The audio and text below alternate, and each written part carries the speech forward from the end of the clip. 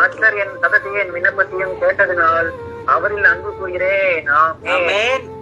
கர்த்தர் என் விண்ணப்பத்தையும் என் சத்தத்தையும் கேட்டதினால் அவரில் அன்பு கூறுவேன். என் விண்ணப்பத்தையும் கேட்டதினால் அவரில் ஆமென். என்னது? நம்ம சத்தத்தையும் நம்ம கூக்குரலின் கேட்டதினால என்ன பண்ணுவோம்? நம்ம தேவன்கிட்ட அன்பு கூறுவோம். அப்போ நம்ம ஜெபம் எப்ப கேட்கப்படுமா? நம்ம அவரை கூப்பிடும் போது, அவரிடத்துல விண்ணப்பம் பண்ணும் போது, அப்ப என்ன பண்ணும்? ஆட்டோமேட்டிக்கா நம்மளுக்குள்ள அன்பு வந்துடுது. ஆட்டோமேட்டிக்கா நம்ம தேவனை நேசிக்கிறோம். ஆட்டோமேட்டிக்கா அவருடைய அன்பு நம்மளுக்குள்ள வந்துடும்.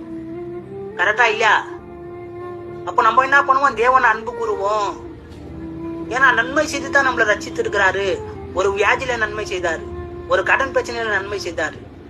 நம்ம வியாதியில மறிக்க வேண்டிய நம்மள ஆண்டவர் என்ன பண்ணாரு? ரட்சித்தாரு. ரட்சித்ததினால நம்ம என்ன பண்றோம்? தேவனை அன்பு கூறுறோம். அவர் தான் உண்மையான கடவுள்னு சொல்லிட்டு நிரூபிச்சுட்டாரு. எப்போ? நம்மள ரட்சித்ததினால, நம்ம மேல அன்பு கூர்ந்ததினால. அவர் ஏன் மதிக்கணும்? நம்மளுக்காக எவ்வளவு பாவம், எவ்வளவு அக்கிரமம், எவ்வளவு தேவனுக்கு விரோதமா பாவம் செஞ்ச நம்மள தேவன் என்ன பண்றாரு? மீட்டுக்கிறாரு. அடிமைத்தனத்துல இருந்து தேவன் கொண்டு வராரு ஜனங்களை. ஆனா இவங்க என்ன பண்ணாங்க? திரும்ப திரும்ப திரும்ப திரும்ப பாவம் செய்றாங்க. திரும்ப ராஜாவை எழுப்புறாரு, திரும்ப மறுபடியும் பாவம் செய்றாங்க. இவங்களை திருத்தவே முடியாதுன்னு சொல்லிட்டு ஆண்டவரை இறங்கி வந்துட்டாரு.